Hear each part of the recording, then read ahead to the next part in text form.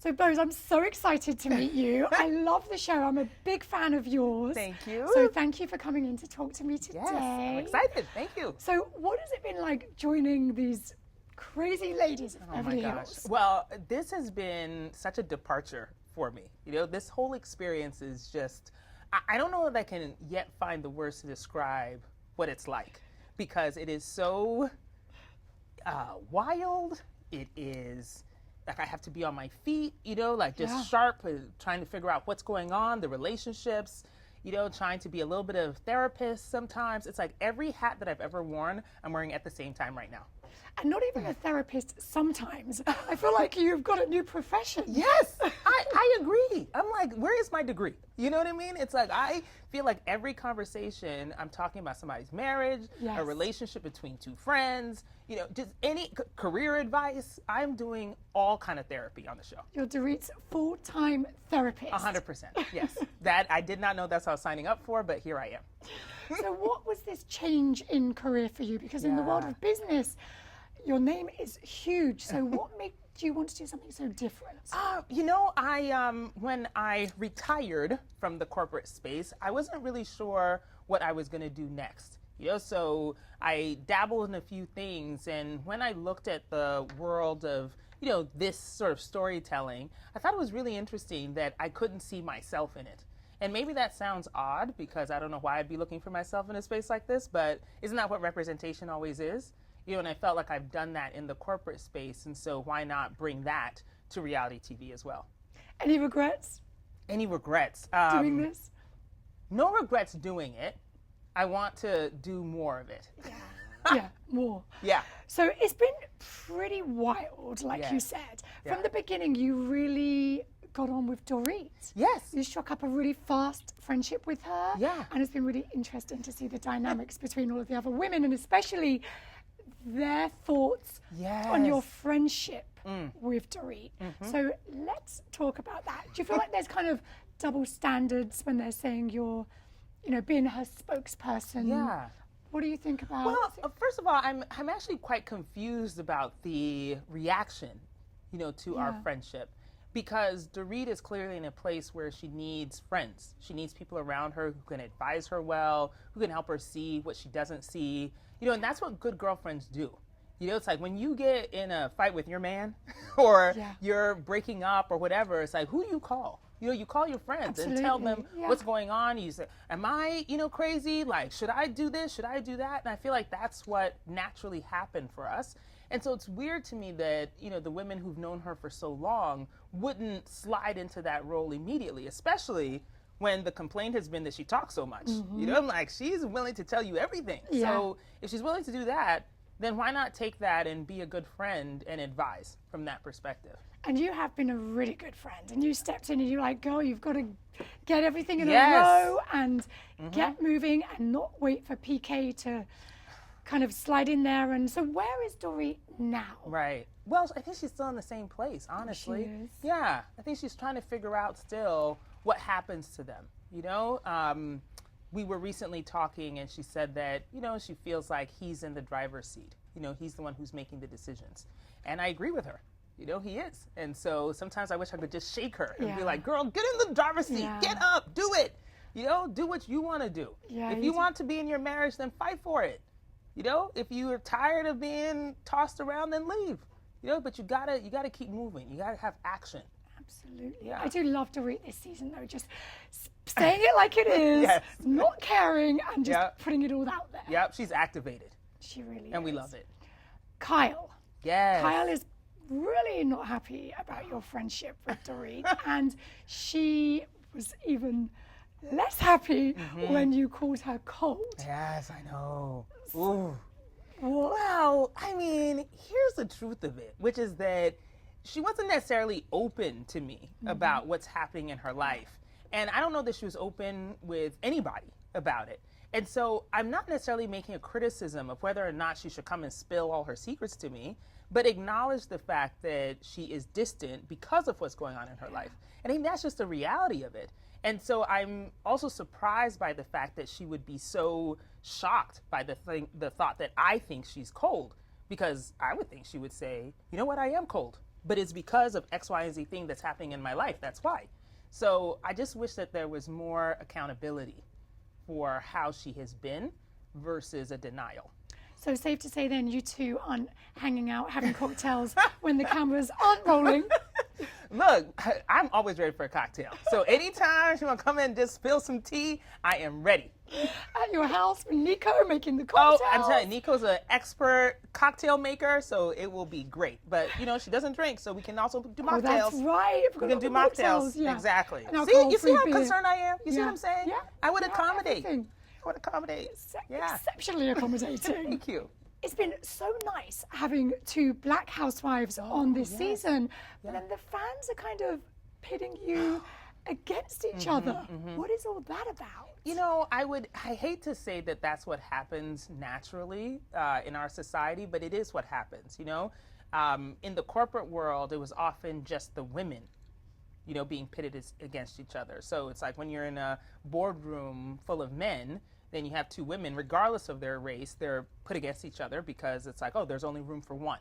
And so in this case, when you have a whole group of women, then, oh, let's see, these two are kind of similar. Let's put them against each other. But the thing is that I think that's also part of the reason why I was so interested to join the show is that we're actually not alike at all. Yeah, you know, very different. Aside from the color of our skin, we're not alike. We don't have the same career. We don't have the same history. We don't have the same interests. Like nothing about us is the same except for the fact that we happen to be black. And would you be hanging out with Garcelle? Is she the kind of girl that you'd like to hang out with? And have a cocktail? Exactly. Yes, we would have a cocktail. Yeah. Now, the thing is that like just because we're different doesn't mean we can't get along. You know, and I feel that way about all the women, where it's like, look, that's actually the beauty of having an ensemble friendship group. You know, where everyone contributes something different. I think it'd be really boring if it was homogeneous. Absolutely. You know? Yeah. And Garcelle is always the first one to stand up for Sutton. Yes, she is. Yes, she is. Well, I think that there are some blind spots with Sutton. Let's talk about Sutton some more. Yeah. What's going on with Sutton?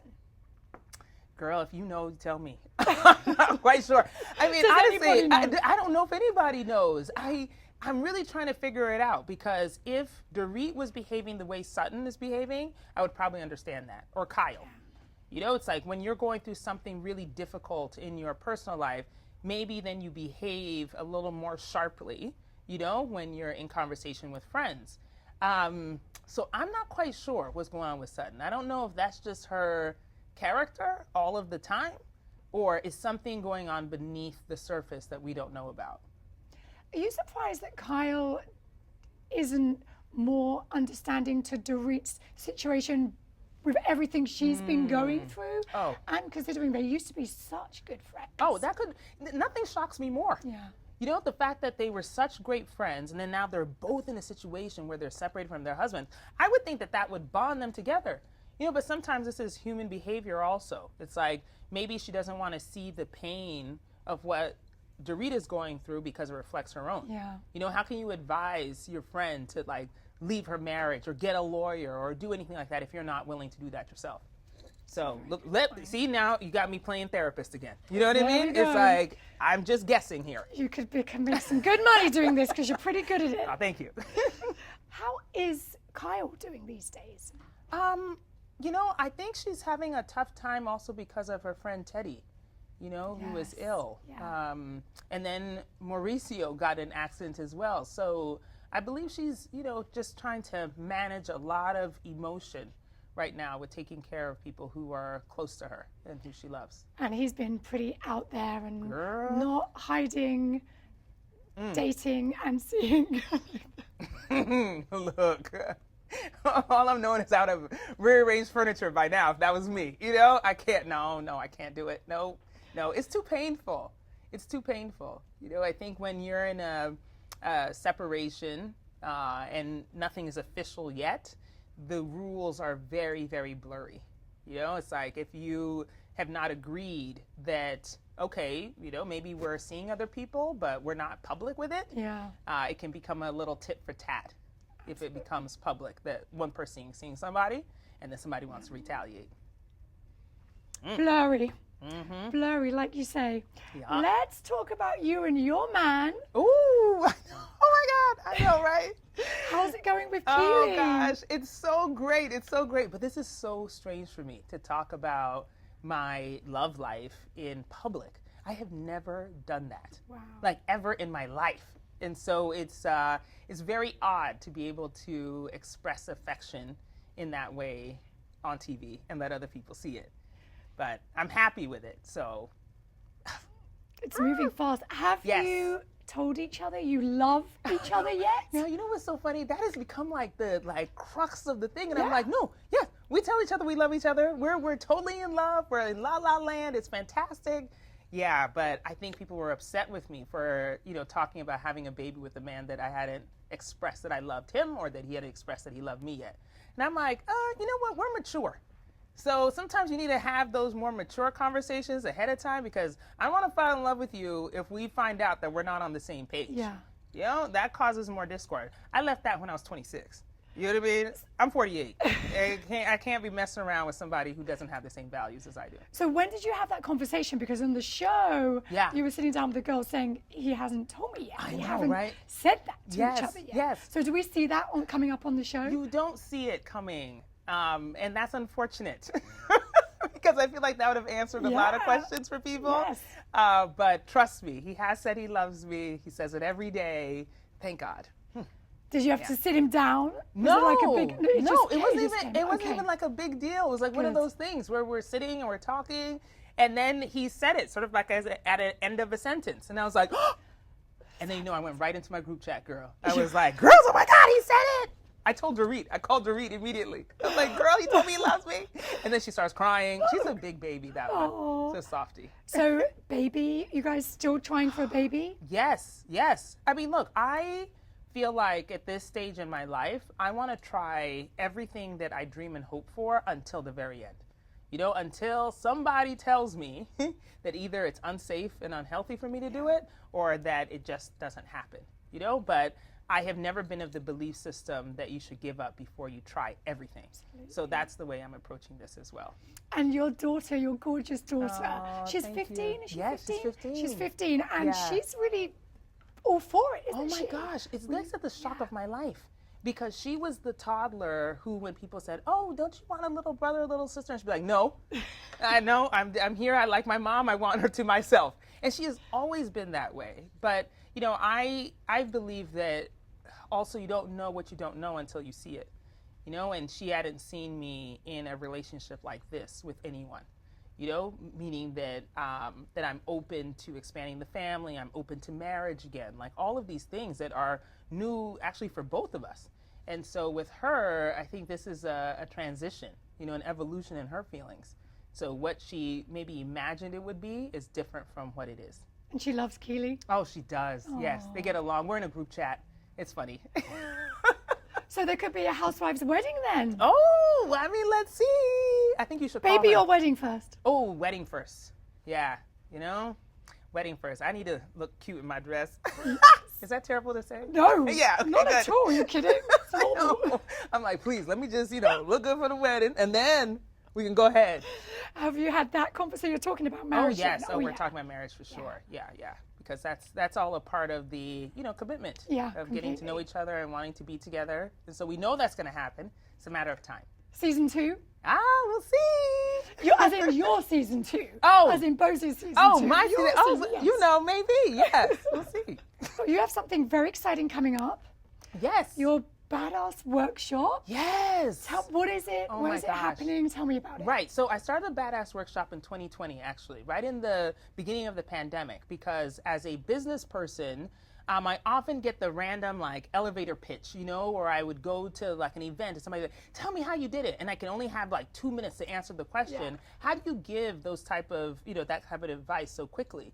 So I created the workshop to essentially give all the keys, all the information of everything I know on how to ask for more money, how to negotiate a better raise, how to get a promotion, how to be in a boardroom and express your opinion, how to bring your full self to work, how to create the value for your career, how to leave, all of those things and not burn the bridges behind you. And I just felt like I had never received those keys. Everybody always felt like they were guarding the gate from me entering. So I was like, well, once I'm in there, I'm telling all my people, this is how you do it, and you come along. So I created the workshop to essentially teach those lessons. And so I'm going on tour. It was online at first, and now I feel like I gotta be out in the world and, see the people and talk to them. Yeah. Oh, well, best of luck with that. Thank you so much. We love watching you on the show. We're big fans here at you. Extra. You're so fabulous. Thank you. I appreciate it. Thank you.